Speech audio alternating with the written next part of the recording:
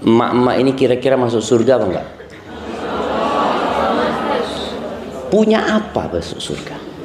Apa yang dimiliki sehingga berharap masuk surga?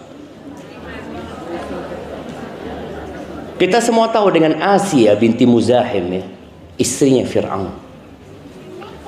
Dia harus disiksa, dibantai sampai mati, dihancurkan kepalanya dengan batu.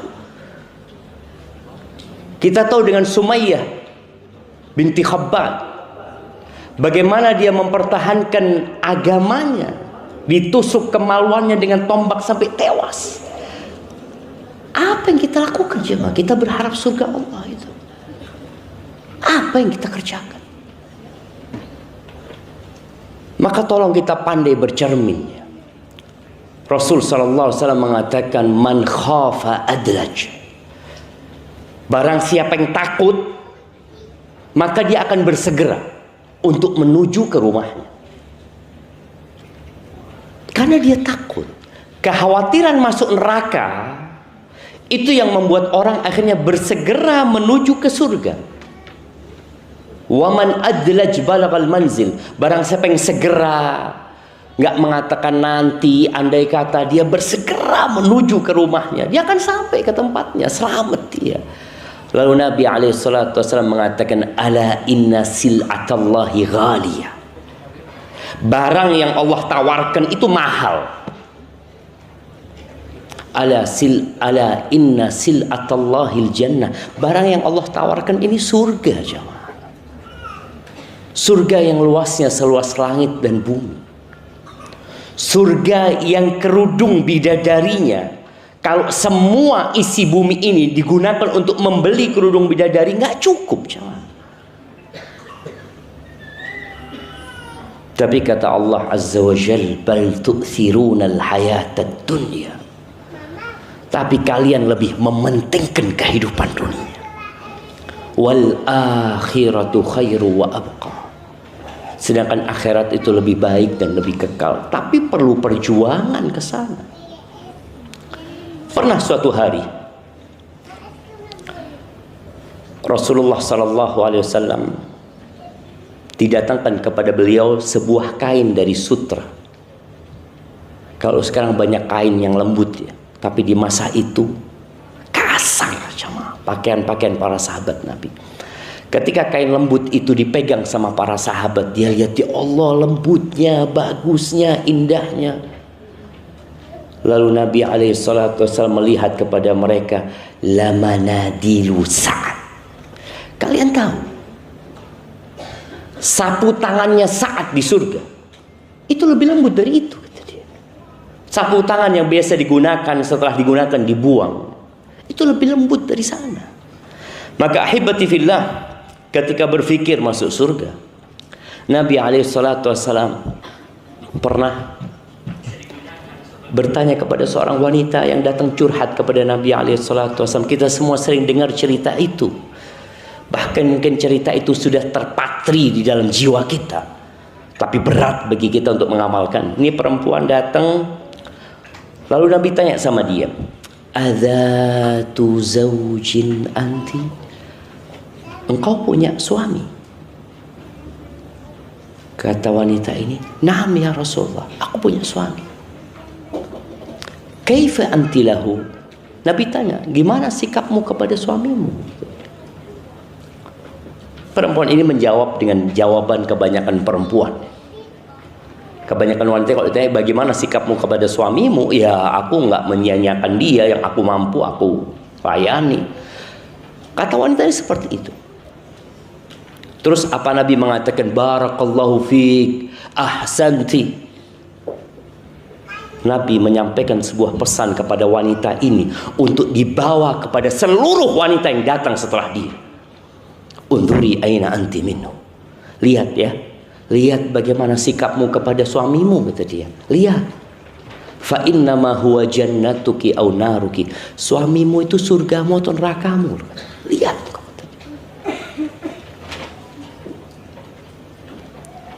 Jadi ingat, di rumah kita ada surga atau ada neraka. Ada orang itu yang Masya Allah, ya, Dia pembuka pintu kebaikan. Semuanya suka sama dia. Tapi ketahuilah, orang yang harus paling suka sama dia adalah pasangan hidupnya. Makanya ketika Nabi SAW menyampaikan kepada para laki-laki, besok pagi anak ada kajian khusus buat laki-laki. Nabi SAW mengatakan khairukum li ahli. Orang yang terbaik di antara kalian adalah yang paling baik sama istrinya, bukan sama yang lain. Itu menjadi standar orang baik.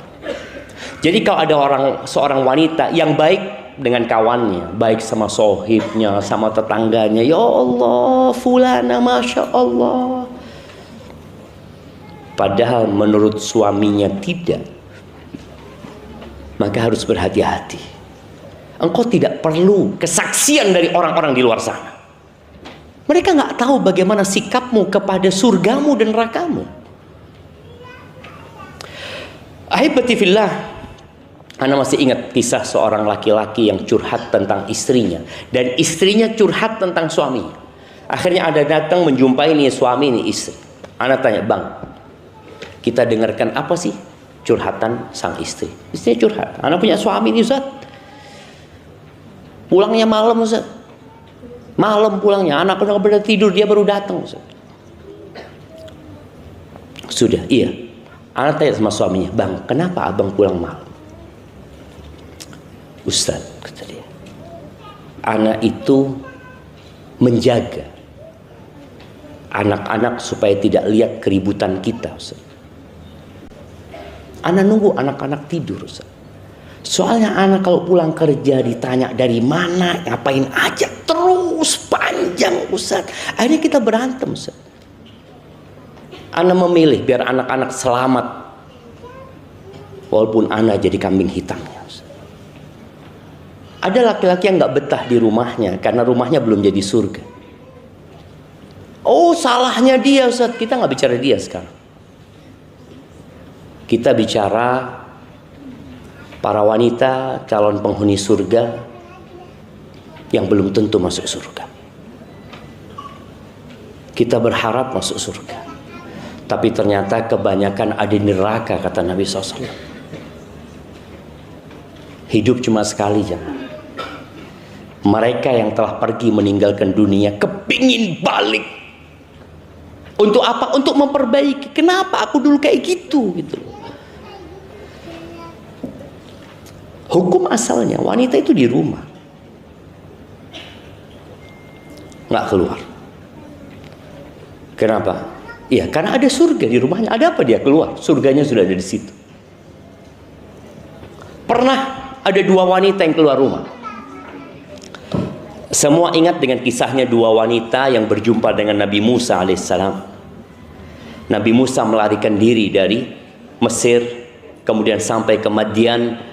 Lalu sampai ke Madian itu melihat ada lelaki-lelaki yang sedang memberikan minum kepada hewan ternaknya.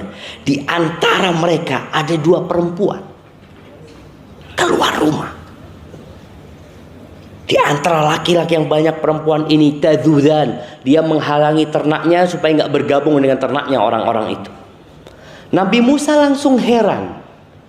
Nabi Musa nggak kenal dengan dua perempuan ini, tapi menjadi pemandangan yang menakjubkan dan mengherankan. Ada perempuan keluar rumah, ngapain kalian? Nabi Musa langsung tanya, ma khatbukuma, kalian ngapain keluar sampai datang ke sini? Akhirnya kedua wanita ini menyebutkan alasannya. Apa alasannya? Qalata la nasqi hatta yusdira ar-ri'a wa abuna syaikhun kabir. Kita nih nggak bisa ngasih minum kecuali setelah laki-laki itu pergi semuanya. Dan kami melakukan ini apa sebabnya? Bapak kami sudah tua. Bapak kami sudah tua. Kami terpaksa keluar melakukan tugas yang seharusnya dilakukan oleh para laki-laki. Kami sengaja melakukan ini karena bapak kami sudah tua. Dan kami wanita-wanita nggak punya suami. Ada keterpaksaan. Akhirnya Nabi Musa membantu. Setelah dibantu, pulang tuh perempuan, datang lagi. Salah satu dari keduanya memanggil Nabi Musa. Allah menyebutkan ya gaya jalan perempuan ini. Itu Allah sebutkan dalam Al-Quran. Tamshi ala istihya. Jalan perempuan ini dengan penuh malu dia. Harus ngomong sama Rejal ini malu. Apalagi suruh manggil Rejal ini. Akhirnya dipanggil Nabi Musa. Datang. Setelah terjadi obrolan, salah satu dari perempuan itu mengatakan, ya abati istajirhu, inna khaira man istajarta al-qawiyul amin. Ayah, kerjakan dia, ayah. Jadikan dia pegawai, ayah. Artinya kita perempuan masa harus keluar terus, ayah. Dan sebaik-baiknya orang yang jadi pegawai itu adalah orang yang kuat dan amanah. Sampai akhir cerita Nabi Musa dinikahkan dengan salah satu putri orang tersebut. Selesai. Wanita itu lepas dari tugasnya yang memberatkan dia, yang dia lakukan karena memang nggak ada orang lain yang melakukan. Jadi ahibati fillah, di dunia ini ada surga. Yang tidak memasukinya itu tidak akan masuk surga akhirat. Di dunia ini ada surga yang ketika orang itu hidup di dunia tidak masuk ke surga ini, maka dia beresiko besar untuk tidak masuk surga di akhirat. Apa surga itu? Mengenal Allah Azza wa Jalla, beriman kepada Allah. Sebagian kita hidup nggak kenal sama Tuhan. Tuhannya membuat aturan, dia nggak mau ikutin aturan Tuhannya. Kita lebih suka mengikuti nafsu dan kemauan kita. Allah Azza wa Jal mengatakan kepada istri-istri Nabi di surat Al-Ahzab di ayat 33, Allah mengatakan waqarna fi buyutikunna. Kalian tinggallah, menetaplah di rumah-rumah kalian. Padahal rumah ini bukan milik perempuan ini. Rata-rata rumah itu milik suaminya. Tapi Allah mengatakan tinggallah kalian di rumah-rumah kalian. Wala tabarrajna tabarrujal jahiliyatil ula. Kalau harus keluar rumah, kalau harus, jangan bersolek seperti bersoleknya orang jahiliyah. Jangan. Ya kok keluar terpaksa silahkan. Tapi bagaimana kalau wanita nggak betah di rumahnya, bisa membuat suaminya betah di rumahnya? Dia sendiri nggak betah. Maka jamaah rahimakumullah, perempuan itu kalau keluar rumah, siapa yang nungguin di luar? Setan.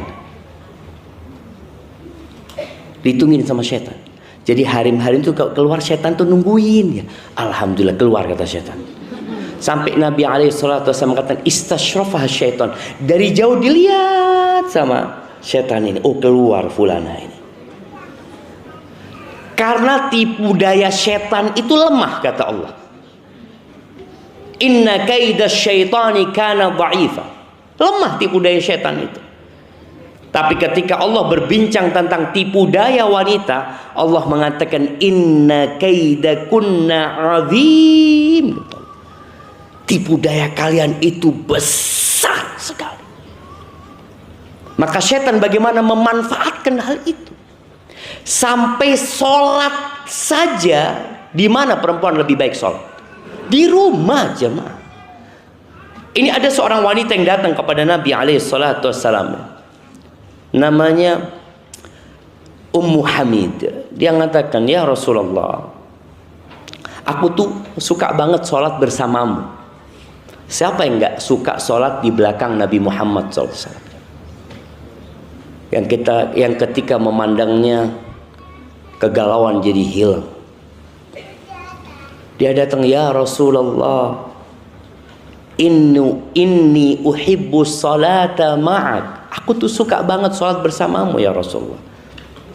Apa kata Nabi SAW? Qad alimtu, aku tahu. Aku tahu engkau suka sholat bersamaku, kata Nabi SAW. Tapi kata Nabi SAW, salatuki fi baitiki khairun min salatiki fi hujratiki. Ummu Hamid, salatmu di kamar tidurmu, bayangin ya, salatmu di kamar tidurmu itu lebih baik daripada salatmu di ruangan rumahmu. Kemudian Nabi mengajak lagi perempuan itu untuk berpikir, dan salatmu di ruangan rumahmu lebih baik daripada salatmu di rumah besarmu, dan salatmu di masjid kaummu.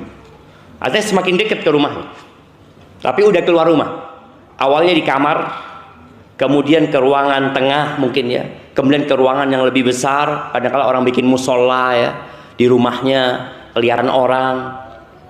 Sholatmu di masjid kampungmu, di musola kampungmu itu lebih baik daripada sholatmu di masjidku, kata Nabi SAW.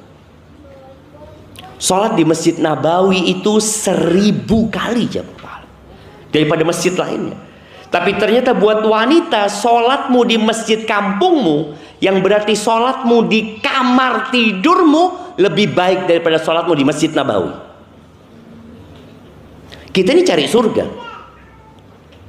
Ini Nabi memberikan penjelasan sallallahu alaihi wasallam kepada Ummu Hamid ini. Kemudian Ummu Hamid itu minta supaya dibangunkan di ujung rumahnya, di tempat yang paling gelap. Dia sholat di sana sampai mati, nggak kemana-mana dia.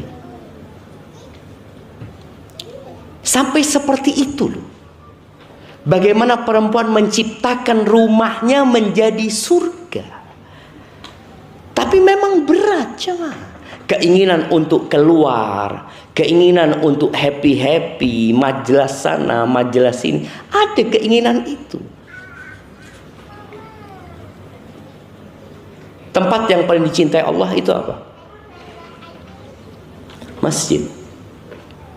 Ahabbul biqa ilallahi masajiduha. Tempat yang paling cinta Allah itu masjid. Tapi ternyata perempuan lebih baik sholat di ujung rumahnya yang gelap, yang nggak kelihatan orang, yang ketika dia tutup pembantu nggak tahu, anak-anaknya nggak tahu, umminya sholat berapa rakaat, umminya berzikir berapa banyak, umminya baca Quran berapa juz, nggak ada yang tahu kecuali dia sama Allah Azza wa Jalla. Tapi untuk menjadi seperti itu nggak mudah. Nabi SAW menyebutkan ya tentang beratnya perempuan masuk surga, tapi di sisi lain mudahnya perempuan masuk surga. Ketika Nabi ditanya SAW, man khairun nisa, siapa wanita yang paling baik? Apa jawaban Nabi SAW? Kita kayaknya semua tahu jawabannya. Ana hanya mengingatkan kembali. Kenapa ana perlu mengingatkan kembali? Karena kita semua nggak pernah belajar kitabun nikah. SD, SMP, SMA, kuliah, S1, S2, S3, kitabun nikah itu kayaknya nggak pernah dipelajari. Yang dipelajari di sekolahan itu sex education. Hanya urusan ranjang yang dipelajari. Padahal bukan urusan itu pernikahan. Kita kesian loh sama anak-anak SMP yang sudah berzina. Bahkan anak SD, ingat ada 4 orang yang memperkosa seorang wanita. Yang paling tua dari 4 orang ini umur 16 tahun. Yang paling kecil umur 12 tahun. Diperkosa, dibunuh tuh perempuan. Dia tahu mencalurkan syahwatnya dengan cara yang diharamkan. Maka kita perlu belajar, bagaimana menjadikan laki-laki itu betah di rumah, bagaimana laki-laki itu tidak memandang yang haram di luar, yang dia bayangkan kapan anak sampai rumah anak. Kenapa? Selesai urusannya. Anak kok sampai baiti, ya Allah, semua beban hidup itu hilang. Kata Nabi SAW, khairun nisa, yang pertama, allati idza nadarta ilaiha sarratka, yang kalau dipandang menyenangkan hati. Seneng hati ini bojone. Ketika buka pintu rumah, ya Allah, ya. Dia ngelihat ada bidadari di rumahnya. Allah ketika mensifati bidadari surga, kata Allah, hurun maqsuratun fil khiyam. Mereka adalah wanita-wanita yang di rumahnya nggak keluaran. Enggak. Jadi kapan suami datang, istrinya ada. Karena memang fitnah di luar besar sekali. Dan Nabi alaihissalatu memberikan arahan, kalau laki-laki melihat sesuatu di luar yang membangkitkan syahwatnya, kemana dia harus lari? Ke istrinya. Falyarji ila ahli, pulang ke rumahmu. Fa innal ladzi biha mithl ladzi biha. Yang ada di perempuan yang engkau lihat sama persis dengan yang ada di istrimu. Selesai. Maka bagaimana seorang istri selalu siaga? Dia selalu bersolek. Sekarang tuh ada yang namanya make up artis. Make up apa? Betul. Mua. Seharusnya mua itu untuk di rumah. Betul jamaah. Banyak laki-laki di luar tergoda dengan wanita yang sebenarnya nggak cantik. Tapi gara-gara mua.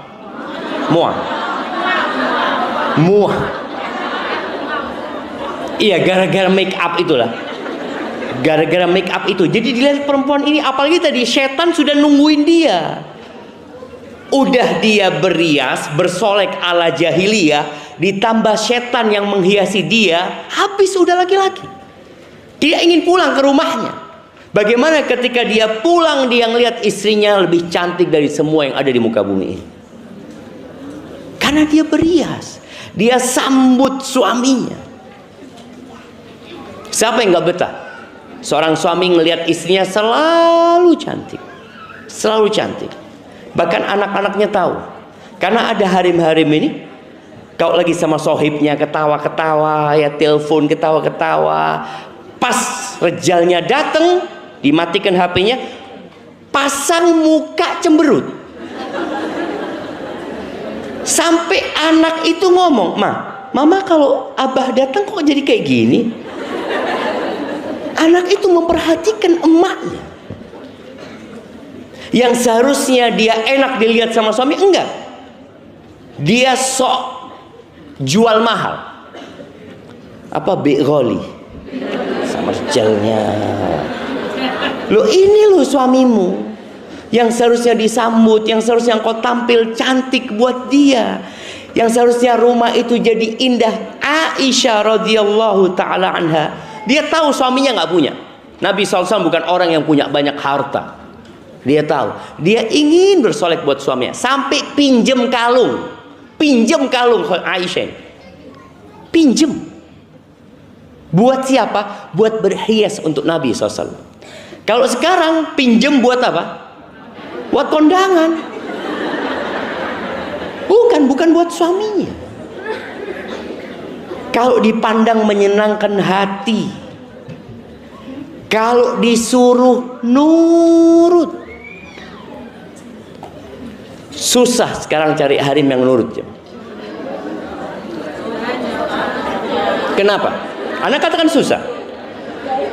Ya inilah perempuan mengatakan, oh banyak Ustaz. Padahal rejalnya tadi baru ngomong sama anak. Aduh Ustaz, dari mana Ustaz? Iya loh. Jadi kita itu merasa sudah baik. Siapa yang menilai kita baik atau tidak? Suami yang nilai. Merasa enggak Ustaz. Maka jangan sampai hari kiamat suami kita nuntut di hadapan Allah Azza wa Jalla. Ya Allah, ana sabar menghadapi ini gara-gara anak-anak ya Allah. Ana sabar ya Allah. Ana nggak mendapatkan hak ana sebenarnya. Ya mungkin sang istri, ana juga nggak mendapatkan hak ana Ustaz. Tapi ketahuilah Allah mengangkat suami sebagai pemimpin. Engkau tahulah posisimu di mana.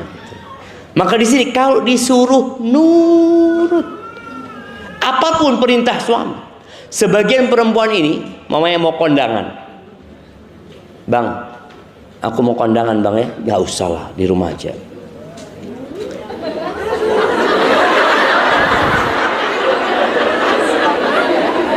Apa yang terjadi sama perempuan ini? Merayu sana, merayu sini, macem-macem, ini itu. Ini pertanda dia nggak nurut. Ketika saya mengatakan enggak, siap bang, aku di rumah. Selesai. Bisa seperti itu? Ditelepon sama sohibnya, engkau nggak kondangan? Ayo berangkat, kata dia. Enggak, aku nggak boleh sama suamimu. Na'udzubillah, kata dia. Itu amarja. Itu jangan mau diatur sama suami.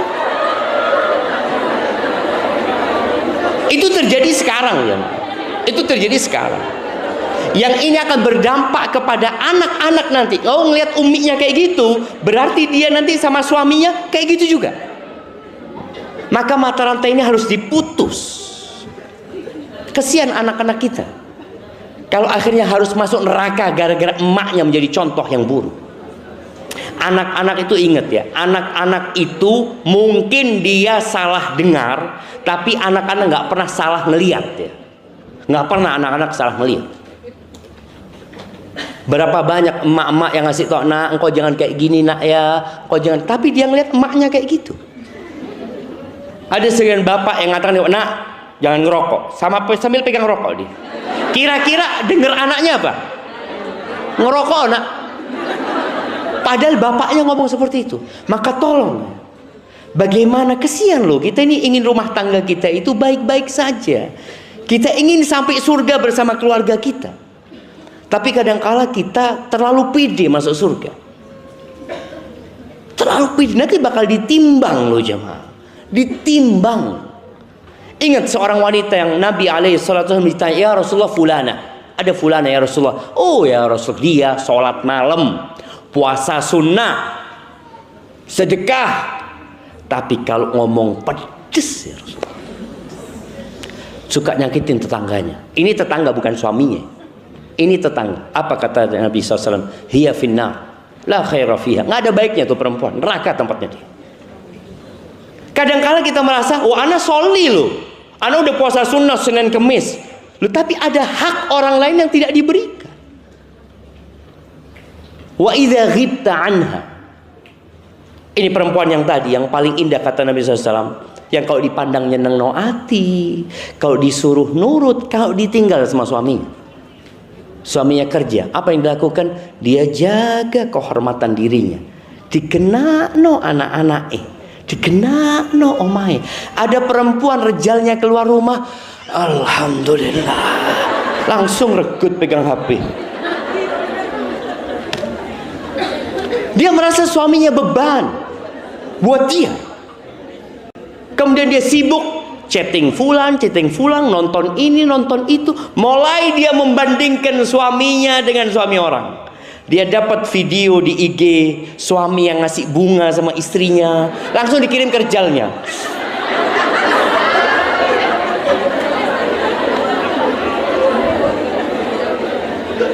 Jamaah, ketika kita membandingkan diri kita dengan orang lain, kita akan menderita. Makanya buat orang, jangan pernah membandingkan dirimu sama orang lain, suamimu sama orang lain. Udah, bandingkan dirimu sama dirimu sendiri, tidak dengan orang lain.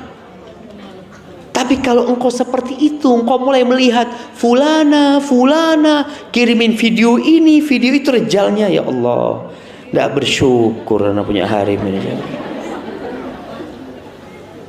Sebagian laki-laki itu dimaki-maki sama bosnya, dimaki-maki sama. Anak lihat sendiri, kerja capek, lelah, harapannya ke rumah itu disambut. Ya mungkin dia nggak bisa ngasih lebih daripada yang dikasihkan sama suaminya orang, tapi dia bertanggung jawab gitu. Nabi SAW pernah bersabda, beliau mengatakan, khairu nisaikum, di riwayat lain, nisaikum min ahlil jannah, istri-istri kalian calon penghuni surga. Siapa dia? Al-wadud. Dia adalah yang pengasih, jamaah. Ada perempuan itu yang ya selalu datang ke suaminya, merayu suaminya. Dia itu menunjukkan kepada suaminya, aku butuh sama kamu gitu loh. Aku nggak bisa hidup tanpa kamu.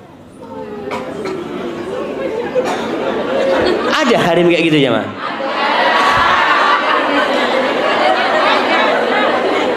Nah, artinya ada kondisi perempuan itu al-wadud, yang penyayang, sama anaknya penyayang, sama pertuanya sayang, sama semuanya sayang.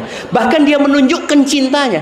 Karena lelaki itu sangat senang sekali ketika istrinya menunjukkan, aku sayang loh sama kau. Engkau kalau nggak pulang-pulang, aku kepikiran sama kamu. Tapi ada harim yang kalau sudah kumpul sama sohib-sohibnya, lupa sama rejalnya. Rejalnya telepon, aduh sopo gitu. Jadi dia nggak menghargai suaminya sebenarnya. Mungkin suaminya nggak tahu ya, tapi Allah tahu.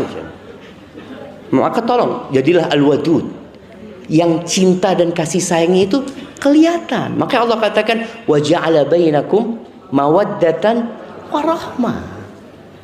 Dijadikan di antara kalian cinta ya. Walaupun nggak harus ya, nggak harus rumah tangga itu ada cinta, nggak harus.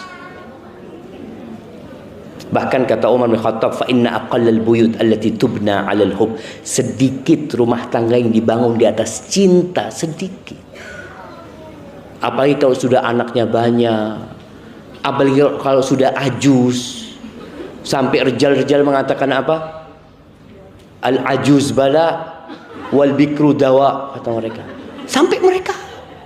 Tapi kenapa rumah tangga itu tetap dijaga? Kenapa?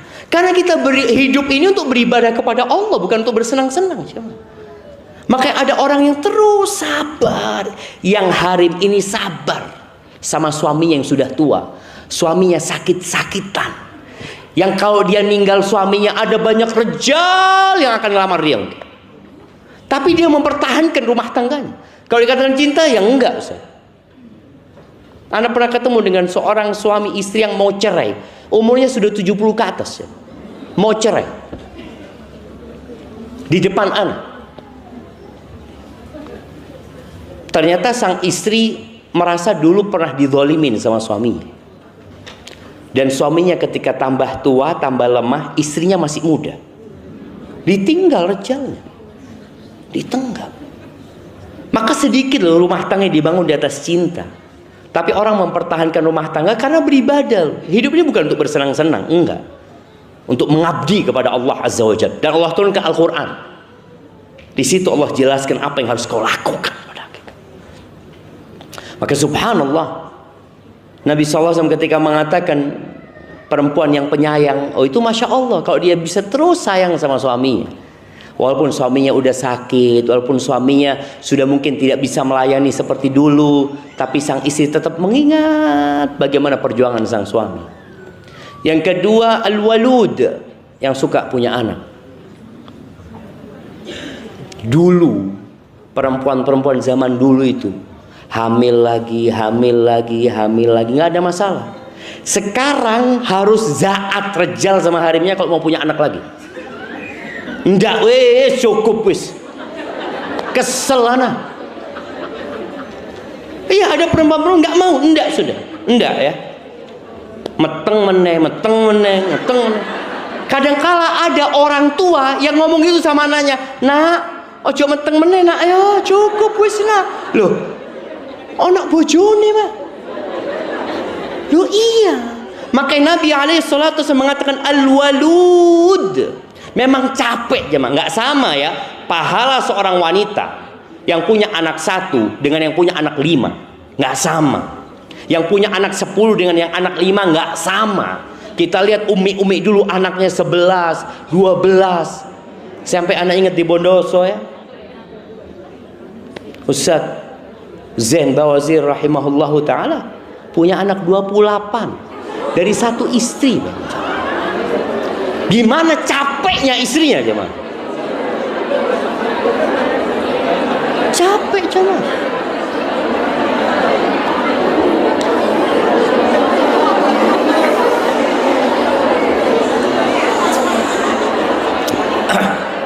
Nah, Udah cukup jamaah. Nanti dibicarakan sama suaminya. Jangan ngomong sama sohibnya tuh. Jangan.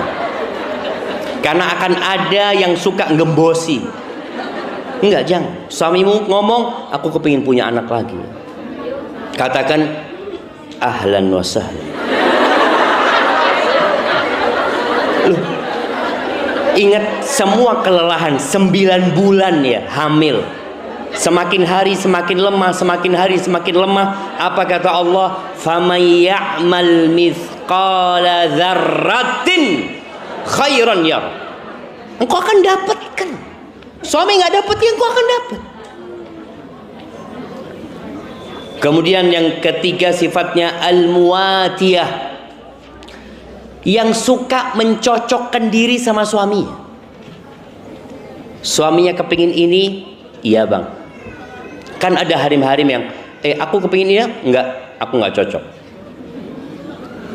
Engkau mau ikut aku enggak? Ada harim-harim yang selalu berusaha. Tadi dia ingin menjadikan rumahnya surga. Dia ingin rejalnya ini sudah kok masuk rumah, udah kok di surga, nggak perlu keluar lagi. Bayangin ya, gimana suami dapat surga di rumah. Baik, surga itu apa? Kalau ingin sesuatu belum diomongkan sudah datang. Istri ini tahu sama kesenangannya suami. Bang, kau kepingin apa bang?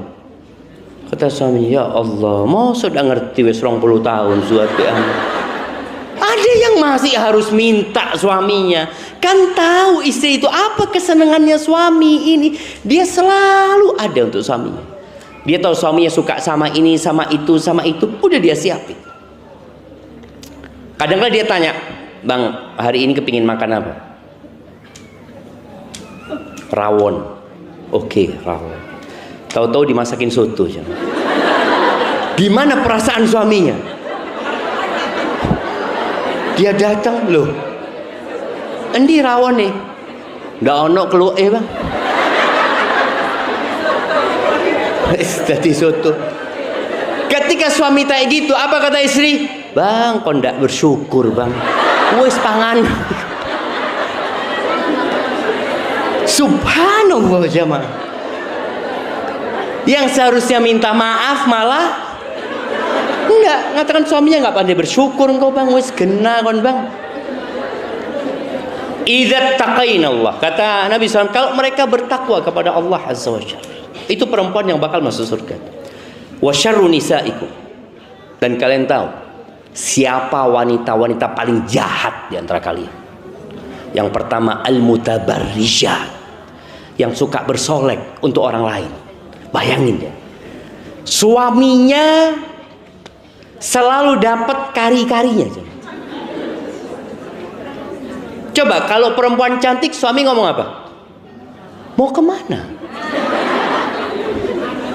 Pertanyaan itu selalu muncul, mau kemana kau? Kenapa? Linda Oma ndak pernah ayu soalnya. Dia lebih suka ngelihat istrinya di luar. Kalau lihat, masya Allah ayu bojoku ya. Kalau dia lihat di rumah, loh kok kayak gini ya? Itulah yang paling buruk, al-mutabarrijat. Sifat pertamanya suka bersolek di depan orang, bukan di depan suami. Bahkan sampai rumah langsung raup dia, karena dia risih dengan bersoleknya itu. Maka tolong jangan sampai seperti ini. Yang kedua, al-mutakhayyilat, congkak, sombong. Dia merasa lebih tinggi dari suaminya. Dia merasa bisa ngatur suaminya. Kita tahu ya, Khadijah sama Nabi Muhammad SAW, siapa yang kaya? Khadijah. Tapi bagaimana Khadijah menciptakan surga di rumah Nabi SAW? Nggak pernah dia menyebutkan tentang kebaikannya. Aku bang kayak gini, aku nggak ada. Dia selalu mengatakan, engkau ya Rasulullah, engkau ya Muhammad, engkau yang baik, engkau yang selalu berbuat ini, engkau selalu seperti ini, selalu seperti itu. Bagaimana ketika Nabi SAW turun dari Gua Hira, Kemudian dalam kondisi ketakutan, beliau mengatakan kepada keluarganya, "Zammiluni, zammiluni, selimuti aku, kata. Khadijah selimuti, nggak tanya. Orang yang capek itu seharusnya tidak ditanya, tapi dilayani. Orang itu capek, keluar rumah, mungkin syughul, ada apa, lelah dia, jangan ditanya. Tapi diapakan? Dilayani. Dia mau apa, udah dilayani sama Khadijah. Diselimutin sampai tenang Nabi SAW. Tidak diminta cerita, sampai Nabi cerita sendiri Sallallahu alaihi wasallam. Kenapa? Karena suasananya membuat orang jadi mau cerita. Tapi ada orang yang malas cerita. Istrinya ngomong, "Ana apa, Bang?" Enggak ada apa-apa. Dia seakan-akan mau disidang sama ini hari. Layani suamimu, kondisikan suamimu, rumahnya dikondisikan, anak-anak disuruh tidak rame-rame, sampai kondisinya senang. Insya Allah suami itu kalau senang di rumah dia akan cerita. Apalagi kalau dia menjadikan istrinya memang sebagai sahabat buat dia. Kemudian kata Nabi SAW, "Wahunnal munafiqah." Mereka adalah wanita-wanita munafik, kata Nabi SAW. "La yadkhulul jannah minhunna." Nggak ada yang masuk surga dari mereka, kata Nabi SAW. "Illa mithlal ghurabil a'sam." Kecuali seperti burung gagak yang paruhnya merah dan kakinya merah. Itu hampir nggak ada jamaah. Langka burung itu.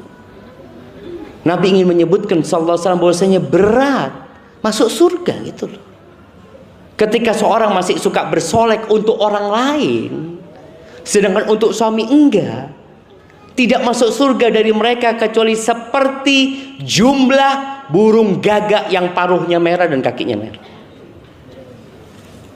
Maka tolong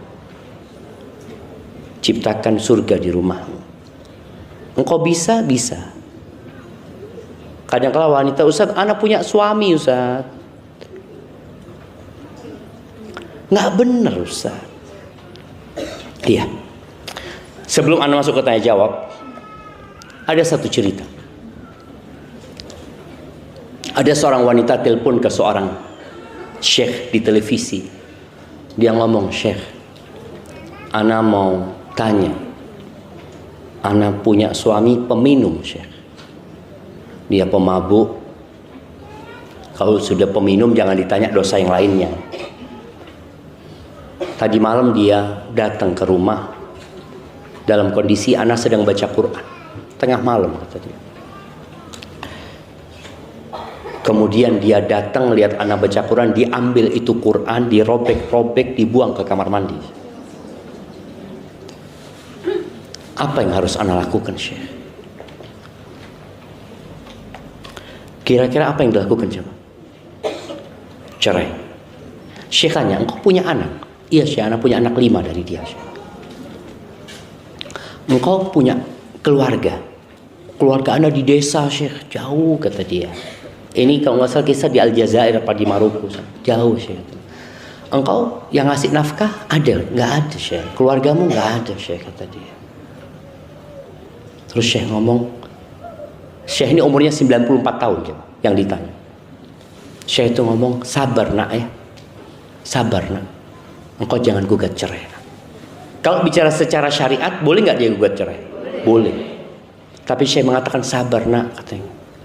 "Syekh, dia sudah melakukan itu, engkau suruh aku sabar, Syekh."